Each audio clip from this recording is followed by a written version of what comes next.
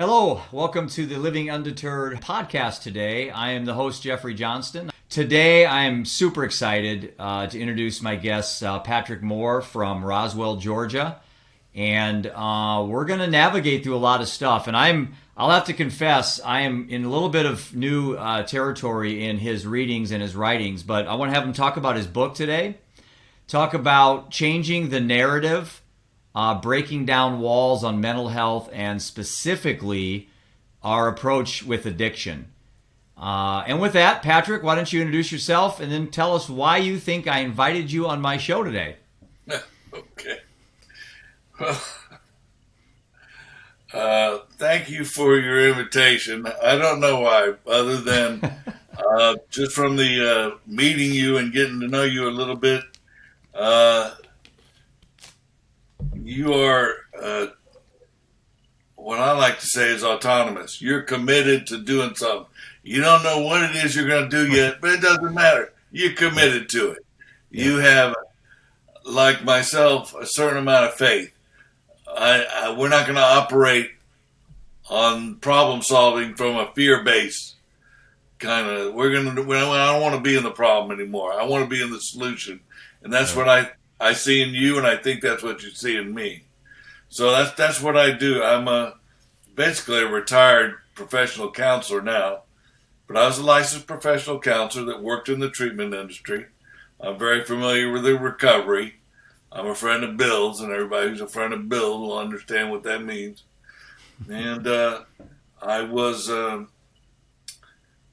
given the opportunity to work at a fairly large college here in Georgia, Kennesaw State University, and to do prevention education. Prevention is different from treatment. We're in a life and death situation at the treatment end of the spectrum.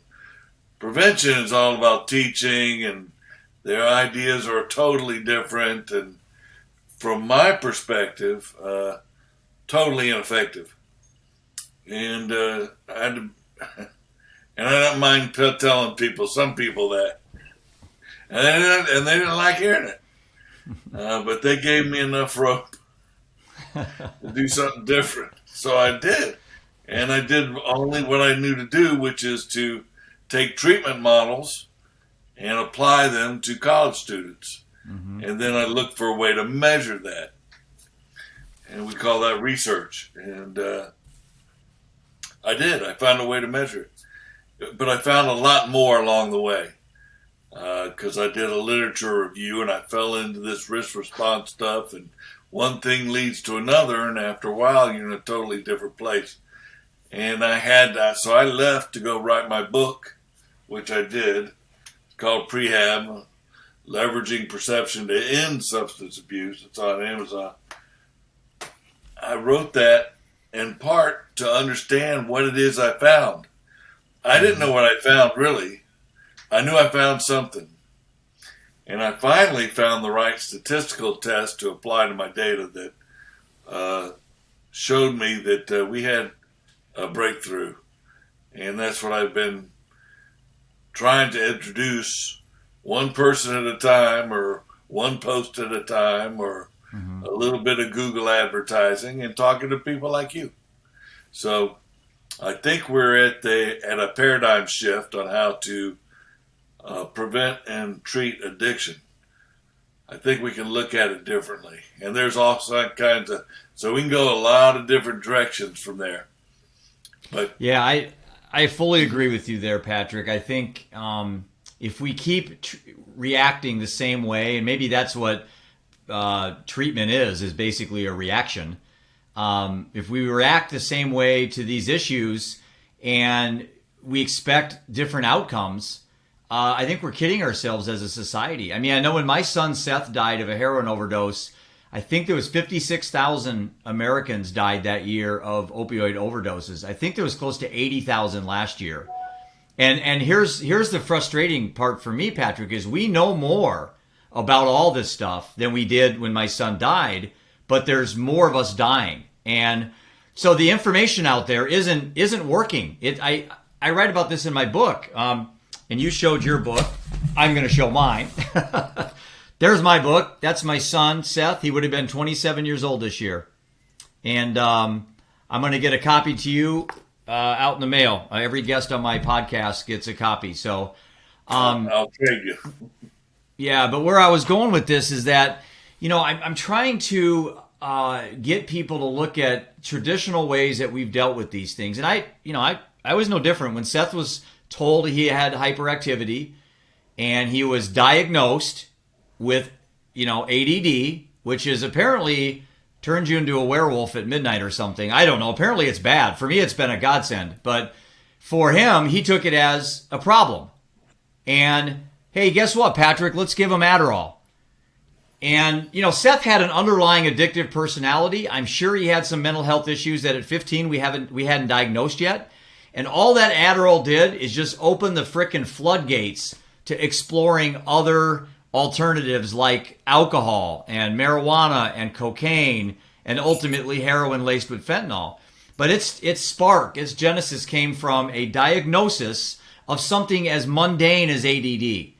It isn't like he had schizophrenia or something like that. It was a very serious mental illness. ADD, I don't know if that's even a mental illness. It's not. It's I don't think so. Yeah, but I think that's the way society looks at it. Well, if you're a medical person, that's the way to look at it. It's got to be something like that, and there's got to be a medicinal fix for it, and that's better living through chemistry starts right there. Now, it doesn't mean everybody's going to be addicted because they got medicated as a kid, and it doesn't mean right anything else. But it is influential, and it's very influential to people who start to use their gifts. And to me, ADHD or hyperactivity, those are gifts to me. In other words, I like when I get on an airplane, I like for the pilot to be able to multitask and keep things straight. I like that. I like them to be awake. I want them to be alert.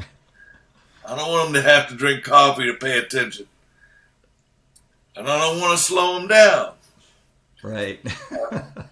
All those people, they were weeded out of the culture long back in the caveman day. The thoughtful people, gone a long time ago. They were food. Right. That's the way I taught my classes. That's evolutionary psychology. ADD is a survival mechanism. That's why we're still here. I agree. Why do you want to do anything? Why would you? So it's a little crazy. I've also been influenced by a guy named Alfred Adler. He's one of my heroes. And Adler is the guy that came up with the inferiority complex, meaning he treated blind people. He's a doctor. He's an eye doctor. So he treated people with real brain damage. They were blind. That your eyes are part of your brain. And he noticed that they compensated for their inability to see and live their lives. And that's an amazing thing. Mm-hmm. And he noticed that people tended to compensate whether they had a real injury or not. And that kind of got him into the realm of the psychological. So from the individual psychology or Adlerian perspective, there is no mental illness. There's no bipolar. There is no anxiety. There is no depression. Any of those things are symptoms based on mistaken goals. That's kind of what individual psychology is. So if you have a mistaken goal and you keep driving at it, after a while you're going to get tired and you will start to have symptoms, and you wait longer and longer and you start to figure out how to survive rather than change your goal. And that's basically addiction. People who believe they're autonomous because they feel that way. That's what affective means, feeling. The affective risk response system, you use your feelings to figure out what's going on. Don't have time to do statistical analysis. Humans are really good at this. Mm-hmm. Really good. I got a whole show about how good we are. I got a math problem. Did I give you the math problem? See if I can No. remember. You won't get it. I'll tell you the answer. And the reason you won't get it is because you're fast. That's it. That's the point of the exercise. So if I have a baseball and a baseball bat, and together they equal $1.10. Okay, baseball, baseball, baseball bat over here, baseball here. Together they equal $1.10. The baseball bat is $1 more than the ball. How much is the I'm ball? not playing this. I'm not playing this game. I'm horrible at these word problems. I'll help you. A math professor would say 10 cents. Yeah. Because if it's $1 more than the ball's 10 cents, then $1 and the ball together would equal $1.10. But that doesn't work out mathematically. Because if the bat was $1 more than the ball and the ball's 10 cents, that means the bat's worth $1.10 plus 10 cents would be $1.20. Ooh. So this is easy to figure out in an algebraic expression, but given it in a word problem phrase, we'll jump to that conclusion. That's very, very, very, very good 95% of the time. Yeah. But if you're not aware of where you're going to miss it the other 5% of the time, you could find yourself dying of an overdose. Basically, is my message. And Patrick, I think it brings me of a mathematical story like that in my industry. I'm a financial advisor. I do investments for a living, or I did. I'm semi-retired at this point. But I'm not a mathematician. So people thought finance and math is the same thing. It's couldn't be farther from the truth. But I used to always present this example to clients to understand how losses are so much more important to understand than your gains. And the reason is this: if you have a dollar bill, or you had $100 in your portfolio, and you lose 50% of your money, you're at 50 cents. Well, if you made your 50% back, you don't have $1. And when I would do that at workshops, I would ask that real quickly. So you guys have $100,000, you lose 50%. The good news is the market comes back and you make 50% the next year. Where are you at? And everyone's like, 100,000. I'm like, no, you're not. You're short. So you have to make more on the way up when you lose. And so investments aren't about making money. It's about not losing money. So that's how I presented the same thing. But no, I think I wanted to get your thoughts, and I haven't obviously read your book yet. I just met you a couple weeks ago, but I plan on reading it. How you talk about autonomy all the time, but how perceptions and autonomy can affect behavior, and if there's a difference or if they're kind of the same thing, I guess, because I like to think I'm autonomous. I named my nonprofit the Choices Network because I think we all are underselling the importance of how much control we really have. And it's so easy for alcoholics to just always blame the disease. And at some point, even if they're right, why can't they change the narrative and just trick their brain to believe that they actually have a more choice than they really do, maybe? I don't know. I do. That's why you're on my show. Two things. In the beginning, it's because humans are brilliant perceivers, not very good interpreters. That's what we're talking about. That's the math problem stuff. Don't miss anything. Brilliant perceivers. Don't interpret it good all the time. That's very important. At the end of it, at the end of the continuum, whether you're dependent or autonomous, it's because humans cling to the familiar. Mm-hmm. That's my whole y is a function of x. That's my whole theory. That's my whole diagram. What's the cause of addiction? Well, the cause of addiction is how our risk-benefit system works, and this is on the website. All these examples and all the other stuff's on the website. If you have a y-axis, and on top of the y-axis you write benefit, and at the bottom of the y-axis, if you write risk, that's going to be your outcome line, right? That's your y line. If you put an x-axis there and start with new, everything's new at some point. Right. and you start something new. Could be a new investment. Right. Could be a new friend. Could be a new school. Could be a new drug. Could be anything. But whatever it is, if it's new, sooner or later, over time, it's going to be familiar if I keep doing whatever that new thing is. Mm-hmm. So that's your timeline, from new to the familiar. Humans cling to the familiar. It makes us nearly like Superman, right? In other words, I don't have to relearn how to drive my car every day. I learned how to drive a car. I learned when I was 16, took a test to prove I learned, and practiced driving, and I don't think about driving now. I don't have to think about, how's this work again?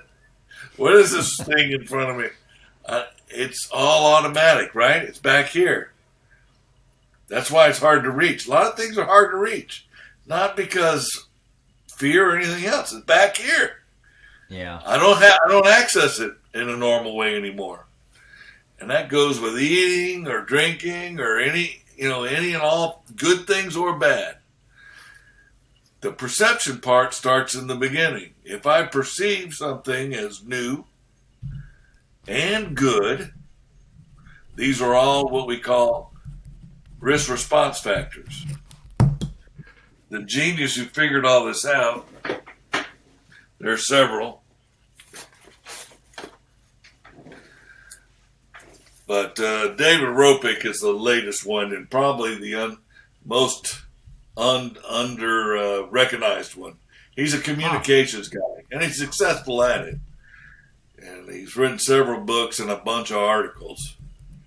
But he's in any of my research and any bibliography I have on my website, all these books are on there. Awesome. But he's the guy that identified these factors I'm saying. So new is a factor, good is a factor. It's not the environment. It's not genetics. It's the risk response system. Yeah, So I do want to. I do want to talk about kind of your thoughts on the environment and genetics, and then mainstream calls it disease versus choice. But I had a guest on last week. His name's David Essel, and he's great guy. He has, I don't know how many books out. Kind of a motivational, inspirational guy. But he said, and he stands by this pretty adamantly, that the number one addiction is codependency. And the way he presents it is very compelling. That we get distracted by addiction being, say, alcohol, or addiction is gambling. It's something that a specific unit of something. Whereas his thought is more codependency is the number one addiction that we have as human beings, and he presents very compelling argument for that. I just didn't know if you have thought about that as well. Oh, I think there are many lanes on the addiction highway, and they're all exactly the same thing. And the codependency lane is the slow lane. Actually, the codependency lane is the emergency lane. That's where they're waiting over there to roll the car into the emergency lane, and all the codependents will get over there and take care of them. So yeah, I totally agree. And statistically, it makes sense too. Most of the population is not going to have an addiction problem, except for that one. Because they live autonomously. Their risk response system doesn't look and feel autonomous. It actually is autonomous. Mm-hmm. And the other can happen to anybody. Usually the smarter people, usually the brighter people. But your average bear, not going to have an addiction problem. So the people listening to this may not have the ability to maybe grasp some of the concepts that you're saying, because a lot of people especially are struggling with things, and this is not meant to be disparaging towards them, but they're fairly simple-minded when it comes to understanding the why behind what they do. But you talk about environment and genes are irrelevant for autonomous people.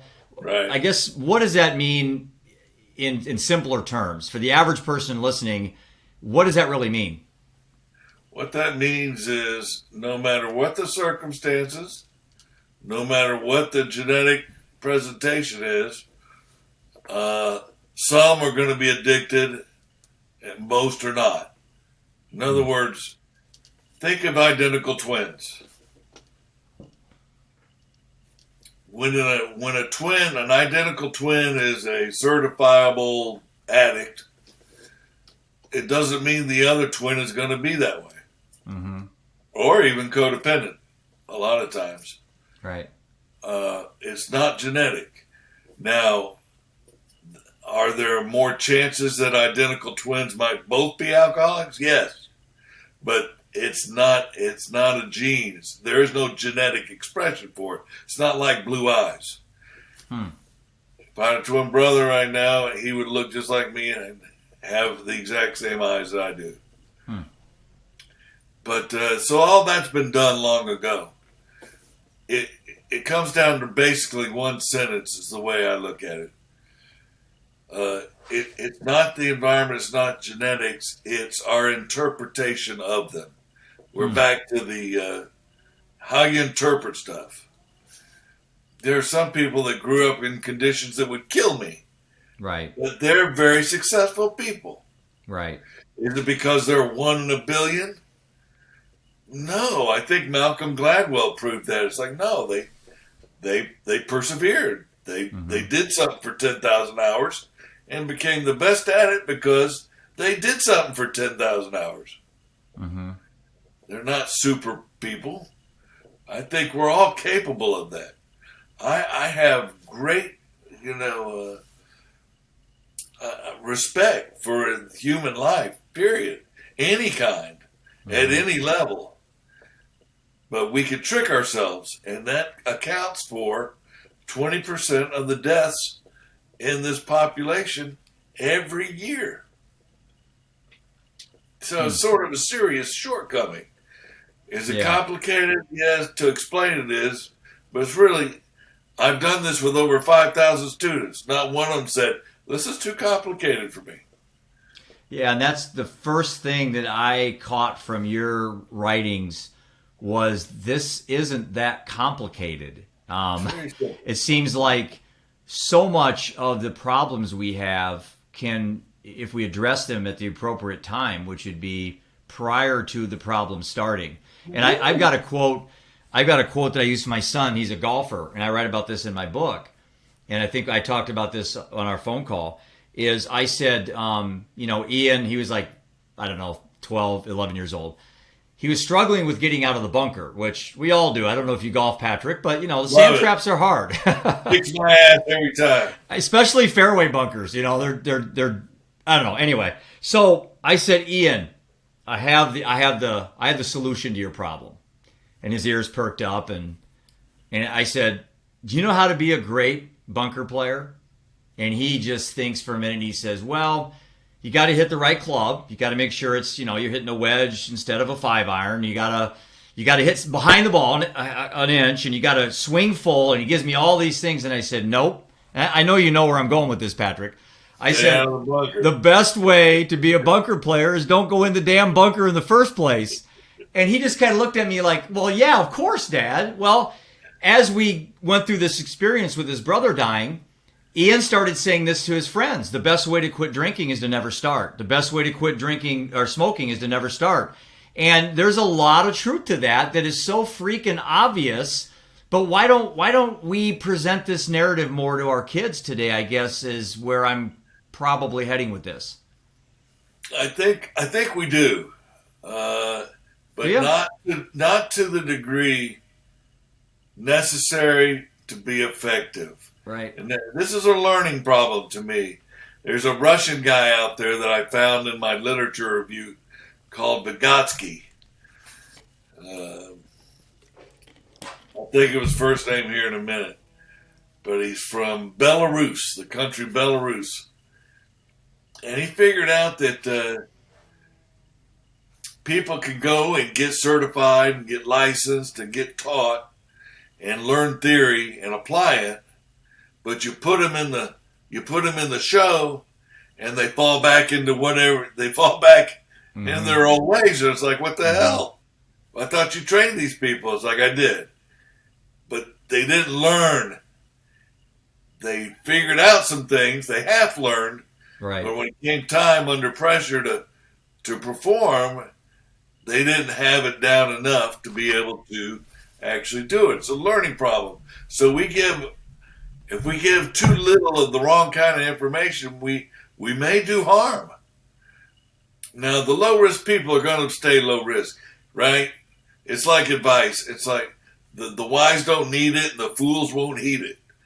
Advice is not good. Education. Right.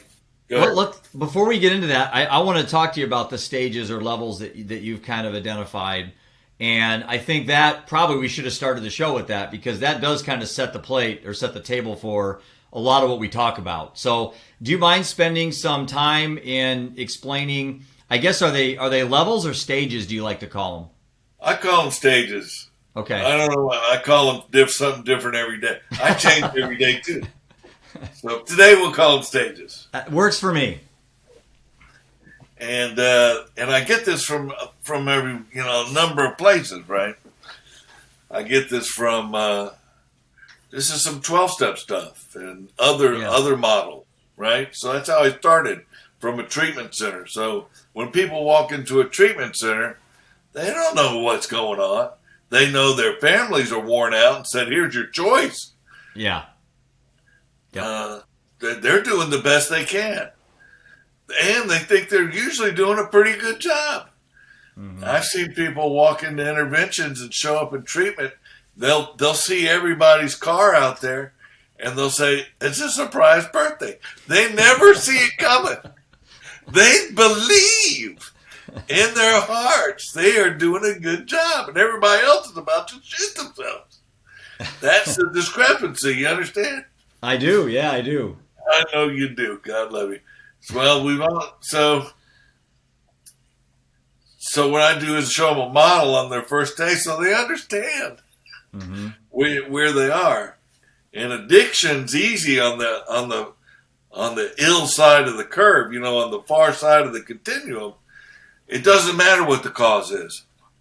Don't need to know the cause. Just need the solution. And that's where AA is a genius. So from page XXVIII in the doctor's opinion, you learn, right, that everybody goes through some kind of a stress level in life. Life is not easy for anybody.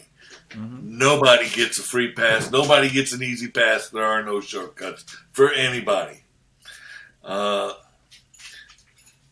And we learn how to deal with that.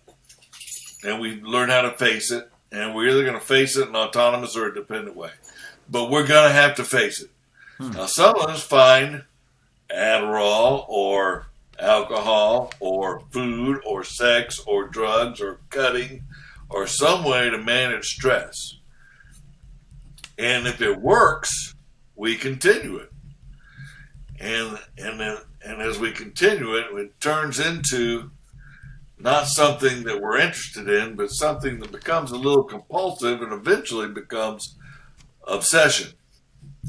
Obsession is a mental thing. It's not a physical thing. It's a mental thing.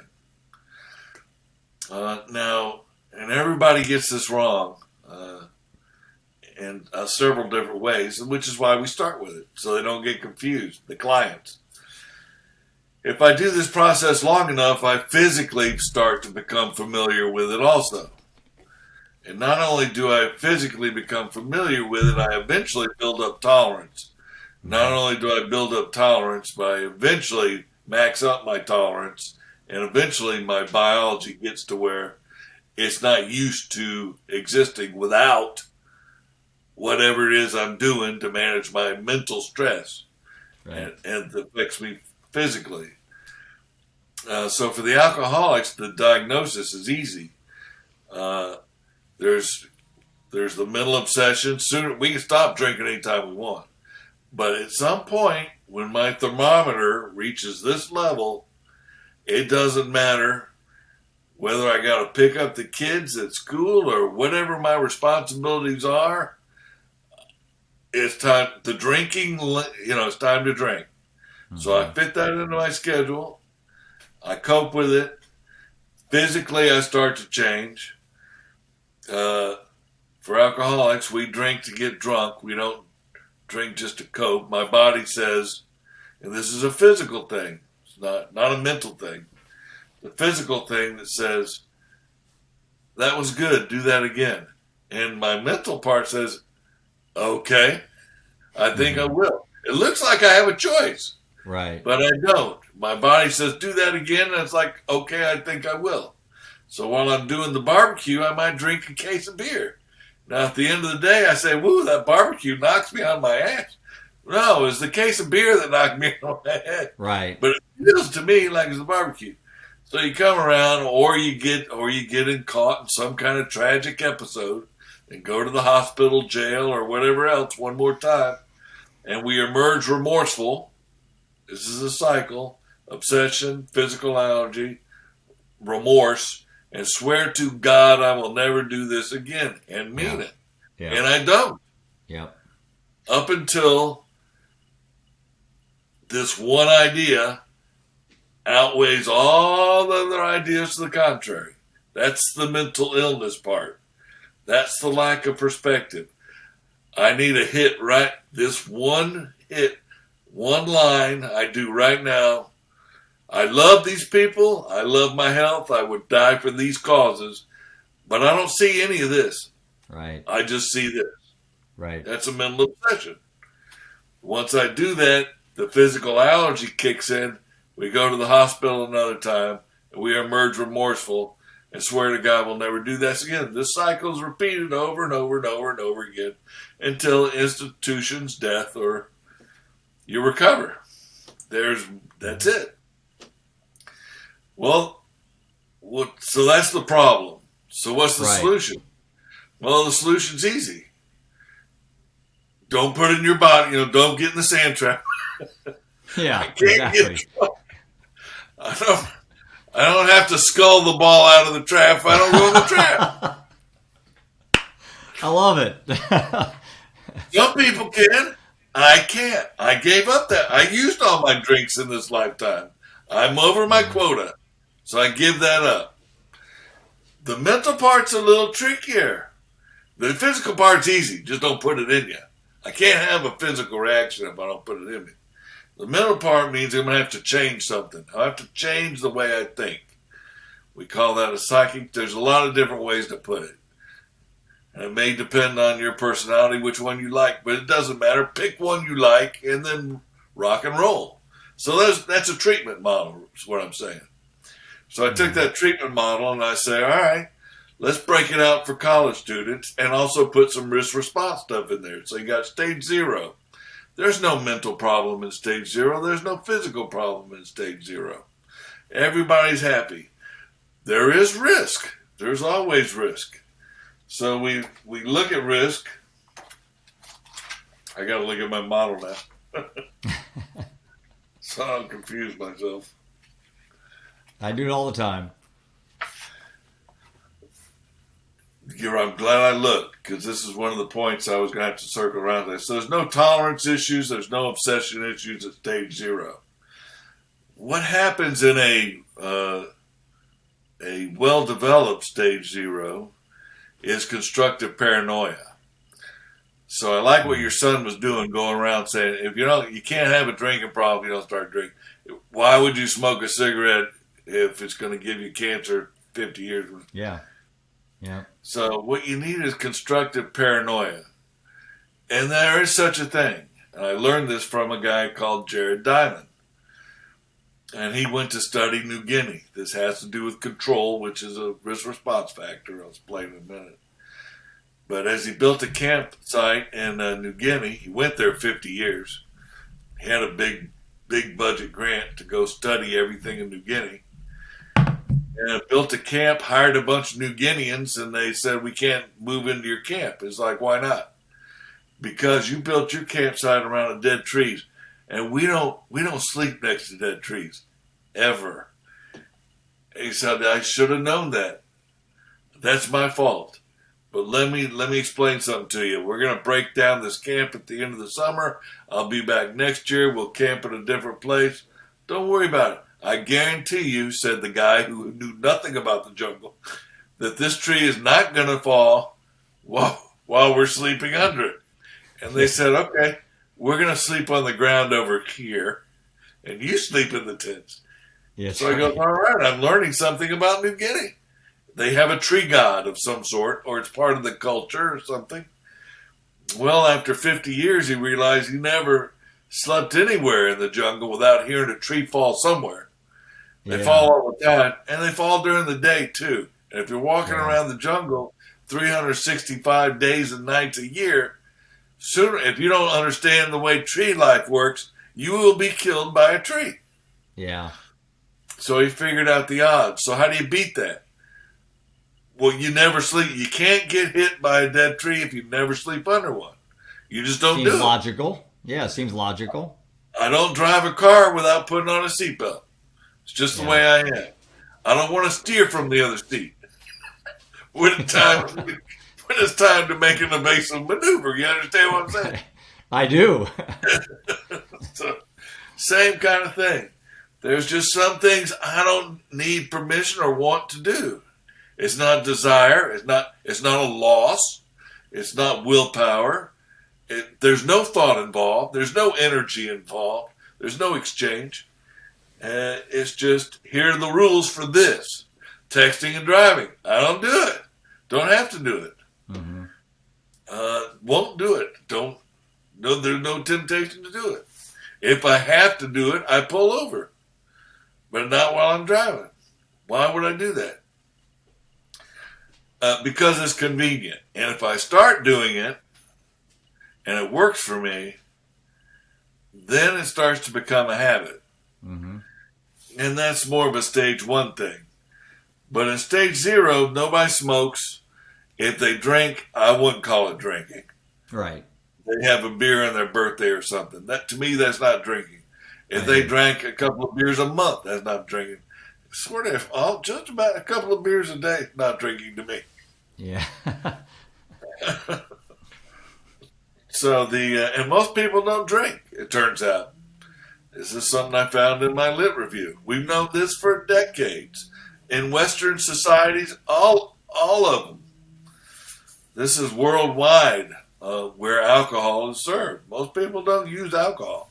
Or if they use it, it's not what I call using. So what happens? So you go to stage 1. Why? Well, there's no physical or mental issues. There's no obsession or tolerance or anything like that. But we're going to run into stuff that's new. And we're going to run into stuff that we perceive as good. And we're going to run into stuff that's like social proof. Yeah. Yeah. So these are 3 factors that lower risk and inflate benefits. Right. And if I believe it's good, and it'll do me some good, and I believe it's doing you some good, and I'm missing out on the good, and it's a risk I can control, I'm in. Why wouldn't I do that? Right. So I do that. Then make friends, maybe have a little sex along the way. This is all developmental stuff. This is where we make our relationships and friends and life experiences in our high school, our formative years. These are very... you take a 14-year-old and look at them 6 years later, you won't recognize them. Absolutely. Yep. They're completely different people. I've heard dying is much easier than adolescence. Much less. There's almost no change involved at all. I don't think you'll get many arguments from a lot of people on that. Hey, There's a complete change. I got a question on I know you haven't got to the other stages yet, but I thought I'd throw this out there. But can you be born into a stage? Yeah, stage 0. You're born with all of these risk response factors. We know how to use new, good, social proof, commitment, control. All these things we know how to use to our benefit, and nobody teaches us how to use them. We learn by doing and watching, and sometimes we interpret a little bit wrong. What's your thoughts on That's it. people that were born from maybe a meth addicted mother or an alcoholic mother that or heroin using parents? That what's your thoughts? Is that person born into a different stage at that point? No, no, not the way I think. There, just because it's just not. There's a scientific test. You understand? Here's the scientific test. You get two questions. Is what you're describing necessary for addiction? No, it's not. Right. And is it sufficient for addiction? No, it's not. Could it influence addiction? Yes. Here's how. If my risk response system mimics if I have the same mistaken goals as my parents, well, yeah, the outcomes are going to be similar. Well, But those goals, yeah, I can change my goals and my patterns anytime I want if I know about them. well, predisposed to do something doesn't mean you're predetermined to do it, Exactly. right? Right. Yep. I've said that for a long time, and I'm not taking Undeterred. I'm not taking away. Yeah, I'm not taking away the ability for somebody who has been born from a meth addicted mom, let's say. I'm not taking away their ability to use that as maybe an explanation for some of the things that have happened to them as they got older. I mean, everyone has a right to do that. You can always tell yourself a new story about your past, or you can be hung up on your past, either one. But I've always been intrigued by like you said about the twins, same house, same environment, same everything, and how one child can just, I go back to my son, grew up in the same house. It's like, how can one, with everything being the same, make all these horrendous decisions? I mean, these weren't just bad decisions like cheating on a test or stealing from a candy store. These are really bad decisions. And then my other two boys haven't made any of those decisions. So it's just, I don't know. I'm never going to stop trying to figure out why to some of these things that's happened to me. Let me show you. I figured you were going to help me off the ledge here, Patrick. So stage 0 and 1, there's no tolerance issues, there's no obsession issues. There are some risk factors that come into play at stage 1. New, good, and social proof. Yeah. Social proof is not peer pressure. Peer pressure is weak. It's actually very, very strong. But compared to social proof, it's not strong at all. Mm-hmm. Social proof is very powerful. So if I went outside, and my students would go and test this all the time. If you go out in the quad and you sit there and look up, and you do it for 20 minutes, you'll have 100 people out there looking up because they know you know something they don't know. Yeah. And now they have to find out what it is. Right.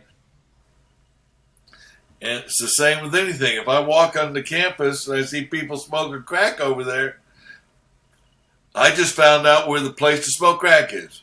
Right. It's not bad or good or right or wrong. I'm learning. Right. That's what happens over there.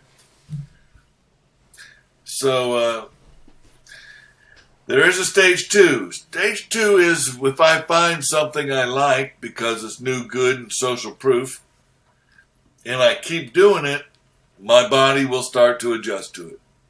And I will build tolerance. And I will require more and more in order to achieve the same effect.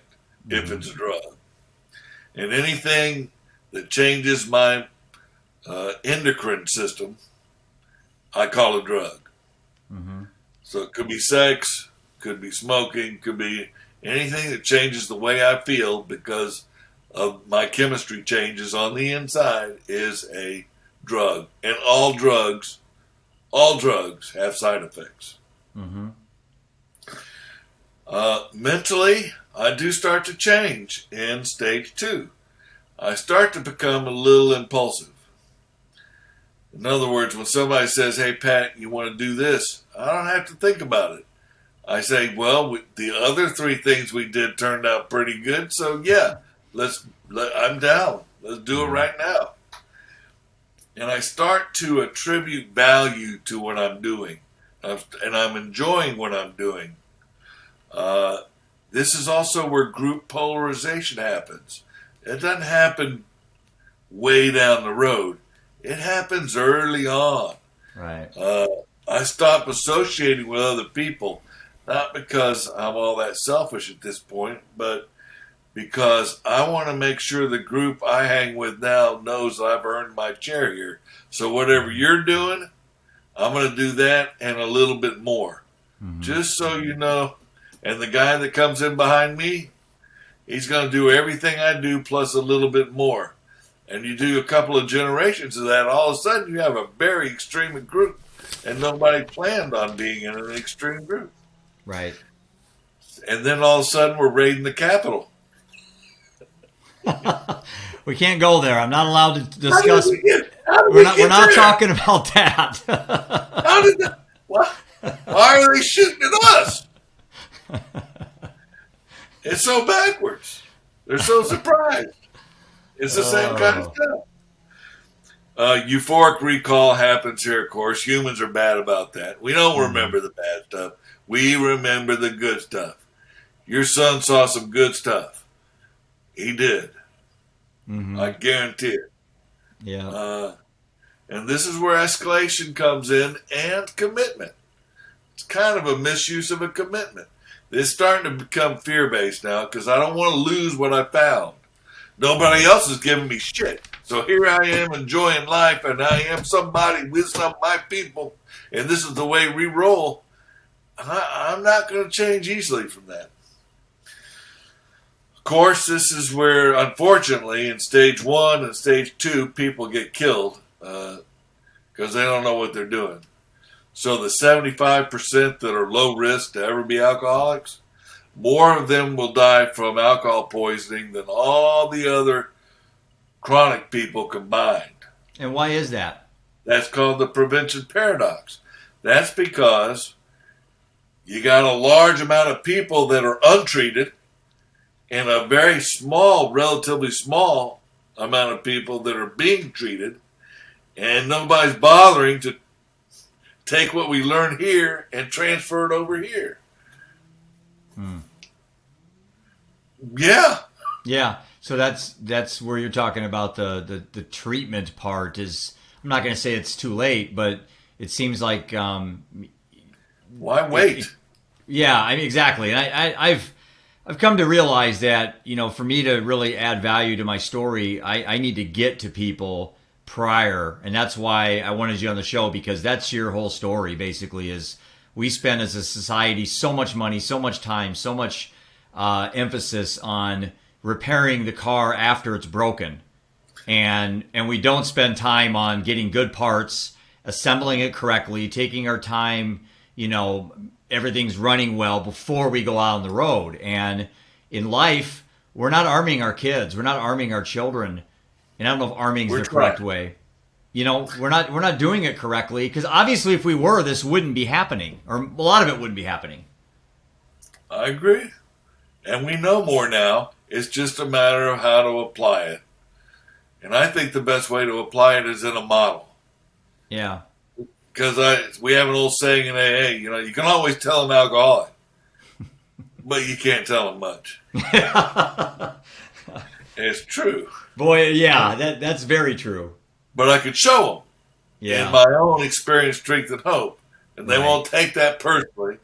Right. And if they relate to it, they'll say, okay, well, if you can do that, so can I. And people walk out of death traps. And that's all I'm trying to do, Patrick, with the Living Undeterred project I'm on. That's all I'm trying to do is tell my story. I'm not a psychologist. I'm not a theologian. I'm not a neuroscientist. I'm simply somebody who has had what many consider the most traumatic event possible, losing a child, and at the same time lost a marriage during this time. But yet, I'm at a point in my life where I feel like I'm at the best place I've been in a long time, if ever. But why did it take all these things to happen to me for me to see that? And if I can bottle that and go to people before they have child die or before they have a divorce, and you need to be very grateful of the great life you do have. Don't have death remind you as a teacher how important life really is. Show them a model. Tell your story. Show them a model. I'll show them your model. I'll show them your model. How's that? I'm giving you a model to show for free. And if you wear it out, I give you a new one. So so you got all those things happening in 2. Yeah. Most of the population will go back to 0 or 1 after a bad experience or something that wakes them up or a moment of clarity or somebody that does notice and say, I have failed you. I did not know it, but I see something is wrong now, and we're going to have to talk. Mm-hmm. And here's what life is, and start fucking living or start fucking dying. Right. And after those kinds of talks, most will pick up their kits and tools and start to redo. It's like, what am I interested in? What's my purpose? How do I contribute? These are all new goals. New goals is what we're after. But if they don't have the experience, they go on to stage 3. Stage 3 is where tolerance peaks. Physically, we have now changed. We can do massive quantities without being affected that much. This reminds me of Dr. Carl Hunt, the guy that's got his New York Times bestseller. He's a successful Princeton professor and does talks around the world and is all about cleaner dope. He's saving lives by making sure you only get the amount of fentanyl necessary. I wrote his name down because I saw a comment you made on LinkedIn. What's his name again? Carl Hunt. Dr. Yeah, Carl Hunt. I did read the comments you made on that, and I thought, obviously his presentation of this, his perception, I guess, or his thoughts, definitely are something that are challenging. I mean, it's definitely a different way to look at things, but I understand when you answered it, I saw your comments, and I thought I was interested in how you answered that. Yeah, he's very much convinced himself he is autonomous. Yeah. He's not. Right. And you can see it clearly in his story. So his story, I'll tell you what's, so he's not at stage 3. So here's stage 3. Tolerance peaks. You become preoccupied. You're no longer impulsive. It's all about what you do. Either I'm preparing to get high, or I'm high, or I'm getting over getting high and preparing to get high again. So it becomes a priority in my life. That by itself is not addiction, but it looks like it, and it's very close to it. Paradoxically, these people tend to be professional about what they're doing. Not many of them die. They're not going to be in the acute accidents. They don't have car accidents. They don't have alcohol poisoning. They don't overdose. Now, are these called functional alcoholics then, Patrick? These can be functional. You can be at 2 or 3. People move back and forth between all these stages in a very, very predictable way. That's what kills people. Mm-hmm. So by now, with the risk response system, it's all about familiar. It's not about the new. New is not attractive in stage 3. New is risky. That's why they're safer. They don't do new stuff. They don't look for new people to do new stuff with. They do what they do and they stick to it and they habituate it. And for them, that feels good and they believe it is good. And they're very optimistic, even though they may have been thrown out of a couple of schools or visited a couple of jails or been in and out of a couple of hospitals. They're going to think, you know what, that was a stupid part, and I'm better than that now, and I know better now, and I'm due, and now I will find my purpose. Well, they don't have time to find their purpose now, because now they're in survival mode. Mm-hmm. They can go back to stage 0 if they want to, if they know about it. Maybe with a little counseling, they'll have to understand how to get rid of a few self-defeating beliefs maybe, or explain a few things to themselves, or learn a couple of adult concepts. like goals and objectives. But if they don't, over time, and it doesn't take very much time, they will go into where they're stage 4. This is where I see Dr. Carl Hunt and a lot of kids. It doesn't take long for this. It's a developmental process. It doesn't take long to develop. We used to think as a industry that addicts stopped developing, right? We used to say, when was your first drink? 12 years old. Well, obviously you stopped developing at 12. No wonder you act like a 12-year-old. You started drinking when you were 12 and you never developed. Right. We were wrong. They're highly developed. They developed every single day after that first drink in a wrong direction. They're highly developed. That's a bad mistake. So withdrawal mentally, stage 4, it is now an obsession. I can stop anytime I want, but I cannot stay stopped. And it is life or death. You can hold a gun to my head, but now you're going to have to kill me because I'm going to use again. Can you beat it out of them? No. Everybody's tried that. Yeah, it doesn't work. Won't work. Can you scare it out of them? No. Everybody's tried that. Can you threaten them? No. Can you medicate them out of it? Yeah, boy, are they trying.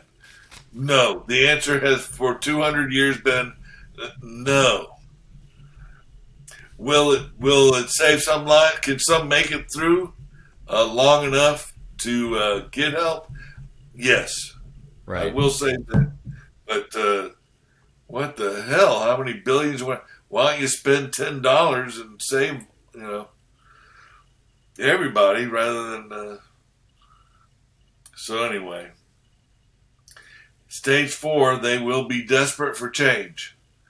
They will cling to the familiar. They cannot let go of the familiar. They will do anything but change. Pain and suffering are a big part of stage. These are risk response factors. Pain and suffering affects my risk benefit calculations. When I stop, the pain starts and it climbs dramatically. And it's not physical pain, it's psychic pain. Psychic pain has no boundaries, and this is why people kill themselves. They can't do another cycle. They're not willing to do another. This is the old addict saying, we're not afraid of dying. We don't fear that. We're terrified of living. Absolutely. Now we're stuck in a place. We're terrified of living. Can you help me with that? I wrote a whole blog called "The Fear of Living," based on that premise. Is that most people aren't afraid of death; they're afraid of living. That's why they do all these things that are self-destructive and self-sabotaging. But that's not where it started. But that's where it ends up. Right. And that's what you have to hold. That's the concept that you have to hold in the back of your head. You can't love them until they love them. You can try. That's the codependent way. Might allow you to go to bed at night. It's not going to help them. You have to carry a little more weight. So Patrick, what's the solution here? I guess. I mean, you've identified so many important things that as people kind of navigate their own life's journey through all these different, experiences and thoughts they have. I mean, I guess if you were to just simplify this to somebody, what's the solution to all this? Well, that's a great question. This is why we should talk. I mean, so when I present that model, just like I did to you, probably with a few more stories and other things like that, I'll ask them.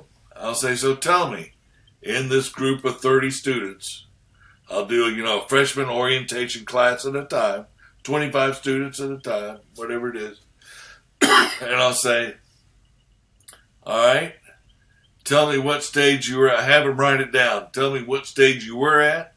Tell me what stage you are at. And tell me what stage you will be at.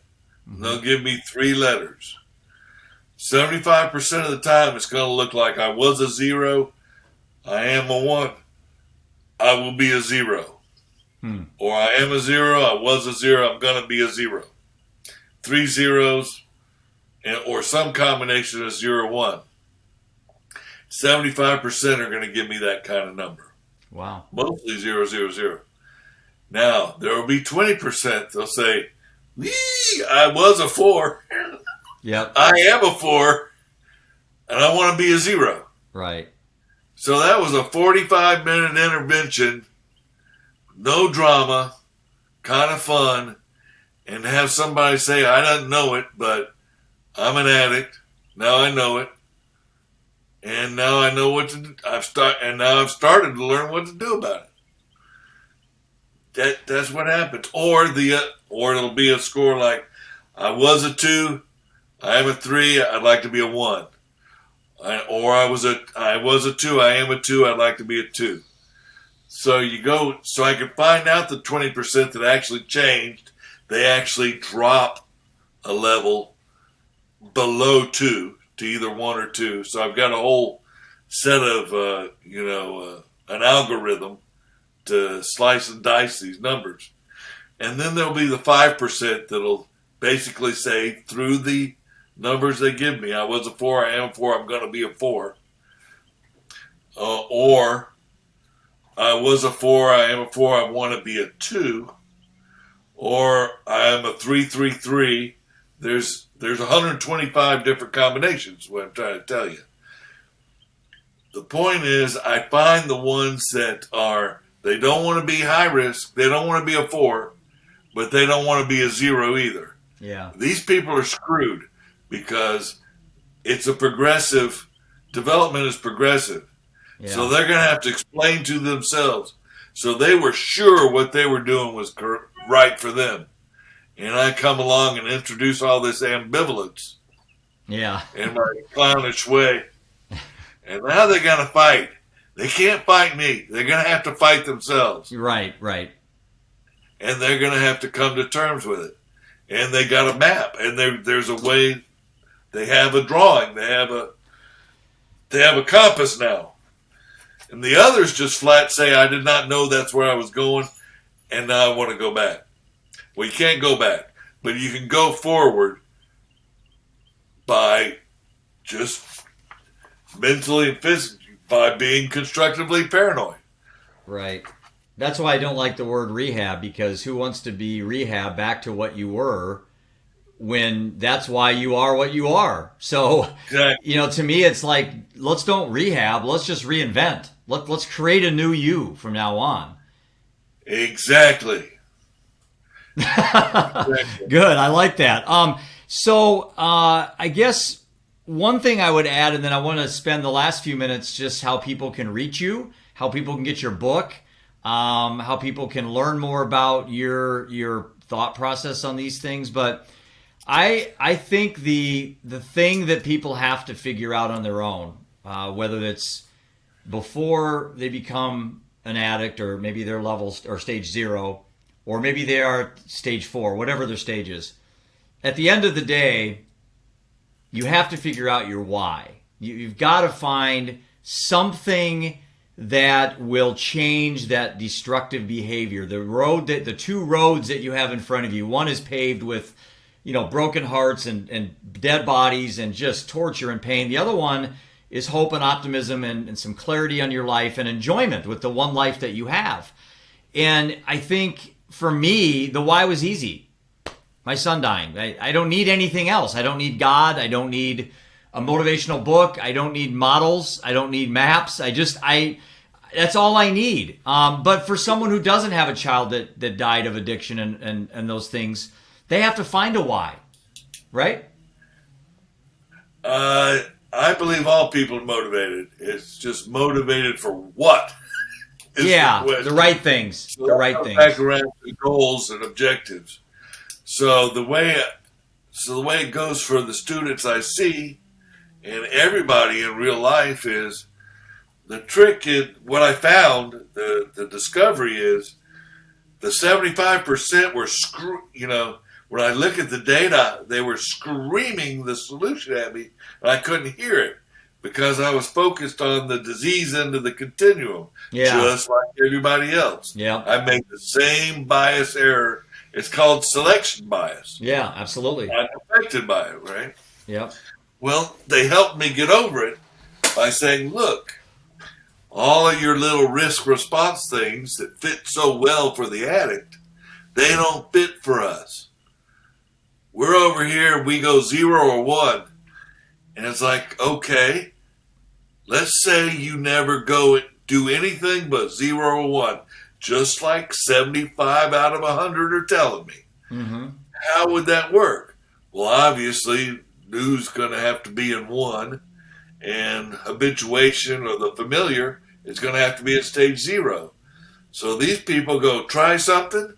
If it works, they habituate it in 0 and then go back to 1 and try something else. Mm-hmm. If it doesn't work, they reject it and do pain and suffering, not in stage 4, in stage 1.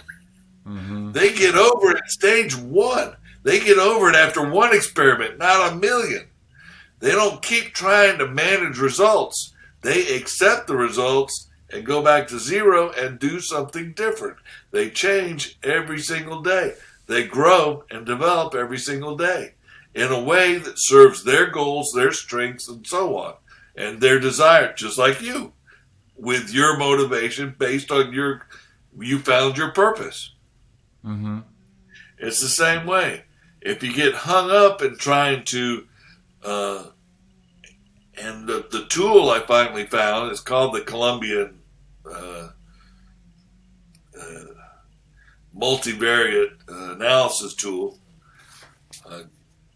and a couple other different names, but I like to talk about it because I like learning about it, but I'm not going to waste our time on it here. No, that's fine. Actually, I want to be respectful of your time as well. We've like I figured our conversation would go by fast. We're already over an hour. How can people get a hold of you, and more importantly, maybe a quick little pitch on your book? Well, the book is at Amazon, and it is. I would watch the videos for free before I bought the book. And where's the videos at then? Or where are the videos? The videos are on my website at Prehab Map. Prehab, just like it sounds, PREHAB, map with 2 P's, MAPP.com, prehabmap.com. Prehabmap.com. I'll have some information on my sites as well. And there's a series of links. So okay. I got my journal articles. Yep. Though you can buy the book there if you want. It takes you to Amazon. But the videos, yeah, that thing is there. Right. Yep. The guys on LinkedIn. I researched you a little bit. I vetted you to make sure you were legit. So, and you passed. I appreciate. I see you online, and I'm aware of your presence. And I try not to let anybody down with comments. I do piss off some people. No, that's okay. Listen. People ask me all the time for advice, and I'm a dad. That's what I am. I'm a passionate dad, and I have no clinical experience in any of this stuff. I had a finance degree in college, but for the rest of my life, I'm dedicating to get more educated on this stuff, and that's what I want to do. And it took losing a lot for me to gain a lot. And I'm trying to teach people that not just addicts and stuff, but people have dealt with trauma.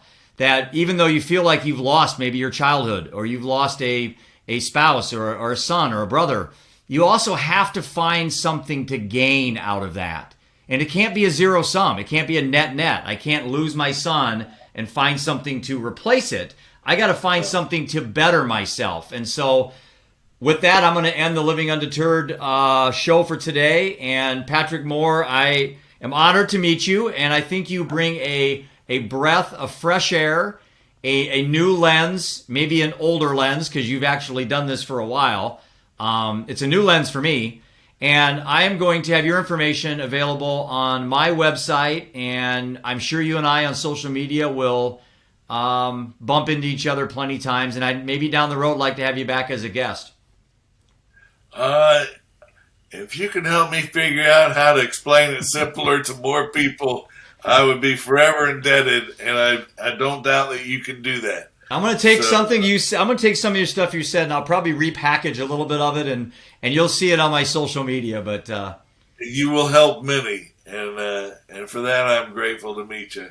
Well, you as well, my friend. And again, your book is called Prehab: Levering Perceptions to End Substance Abuse. And Yeah, leveraging perception, changing perception, leveraging perception to end substance abuse. I don't think we have to have substance abuse at all. I'm in the same addiction boat. is optional. It's optional. We don't need Yep, I agree with It's you like wholeheartedly. Botox. So, Patrick, thank you, my friend, and I appreciate what you're doing, and keep trying to live undeterred. Right?